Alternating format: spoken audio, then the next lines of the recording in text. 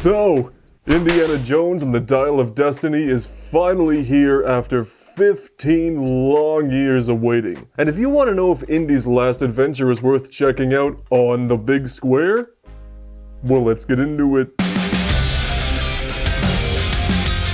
Hello, friends, and welcome back to the Brockopp side, a place to live talking by movies. And yeah, like usual, chances are I'm not the only one out there that's seen this movie. So if you have, go ahead and comment down below your experience checking out Dial of Destiny. Did you like it? Did you dislike it? And which one's your favorite Indiana Jones movie?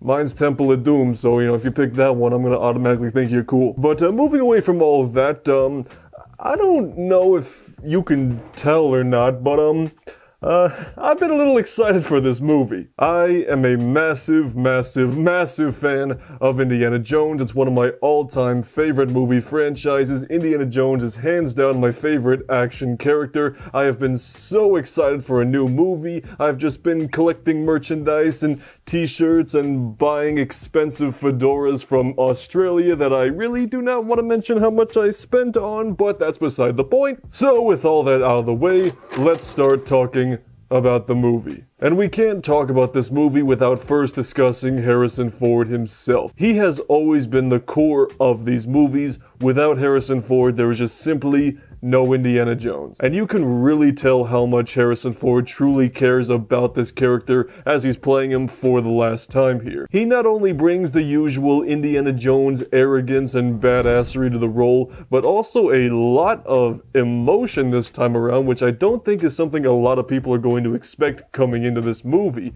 We're seeing Indy at the end of his career, his marriage is in shambles, and he's just reflecting on his life and all the choices and the various mistakes he's made in the past, and just getting to see my favorite action hero pull himself up by his bootstraps, go on this final adventure with his goddaughter, which maintains the spirit of the original movies, and it's just something that I'm overall grateful we got to see. We'll talk more about the action and the visuals when we get to the IMAX part of this review, but those, coupled with John Williams giving one more fantastic score for the franchise, really recaptures the feeling of what an Indiana Jones movie is, some elements which were kind of missing from Kingdom of the Crystal Skull. Now, I'm not one of those people that totally writes off Crystal Skull. I have defended it on multiple occasions, but I will admit it is definitely the weakest of the overall series. But I will say this much though.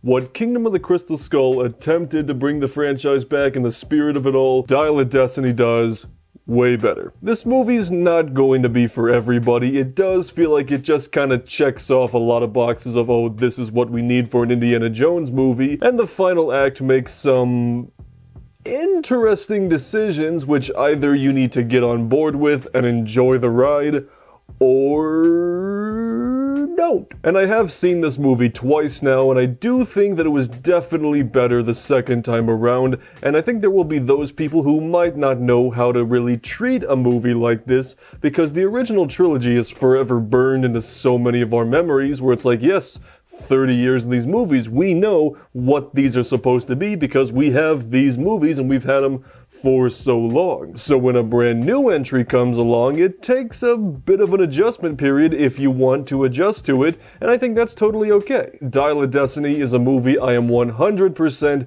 in the positive camp, and it just felt so damn good to see a new Indiana Jones movie. But was said new Indiana Jones movie worth checking out on the big square?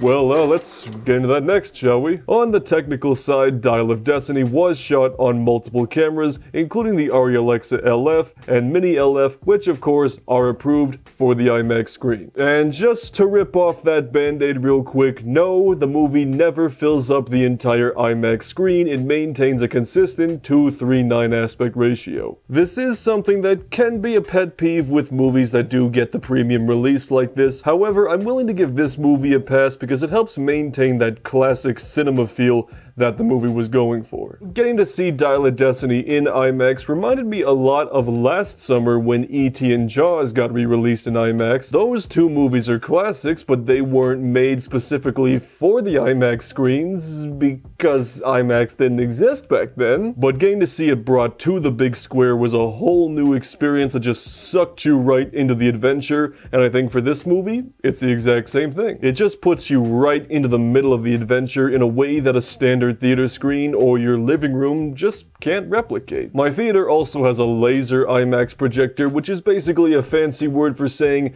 the image is super sharp and the colors look awesome. And the IMAX is great for seeing these amazing exotic locations like Morocco and Sicily on the big screen, which again is something that Crystal Skull was kinda lacking because that movie was shot exclusively in North America. The action in this movie doesn't hold a candle to the originals, but it's still plenty fun to watch, like Indy on horseback in the subway or the tuk-tuk chase through Morocco. The opening 20 minutes of the movie is set in 1944 as we see a digitally de-aged Harrison Ford escape a train of Nazis, which has explosions, motorcycle chases, and a humorous undertone that feels straight out of Last Crusade. Now that's all fine and dandy, however, on the flip side, it is IMAX, you do get said digitally de-aged Harrison Ford just filling up the entire room, and I think for the most part the de-aging on Harrison Ford's face actually looks really good and is one of the best examples of the de-aging technology we've gotten in recent years.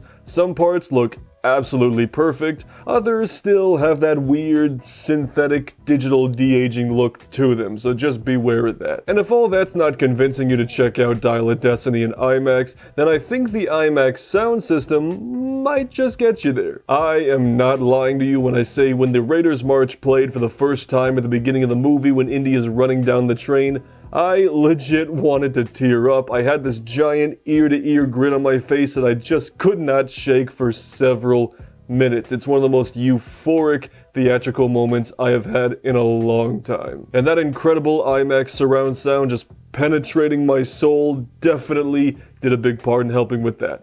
Overall, Indiana Jones and the Dial of Destiny gave me what I wanted from a final chapter in one of my favorite movie franchises of all time. Not everybody's going to agree with me on that, but honestly, give this movie a chance and just go have a good time and escape for a couple hours. That's what these movies are all about. As for the IMAX, I'm gonna say that, yeah, I think it's certainly worth checking out on the big square. Granted, I don't think this is one of those movies that's like an absolute IMAX must-have like Dune or Avatar, but you know what, damn it, it's Indiana Jones, the option's out there. Go see Harrison Ford's final time in this role on a massive screen, alright? He deserves it. That and John Rhys Davies is solid too. Damn, it felt good to see Sala again too, I'll tell you that much. So for the movie itself, I'm going to give it a gold unboxing machete, and for the IMAX, I'm going to give that a silver unboxing machete. And since I did mention ET and IMAX, I got just the video right over here. Otherwise, subscribe if you live talking by movies, and we'll see you on the Brockopp side.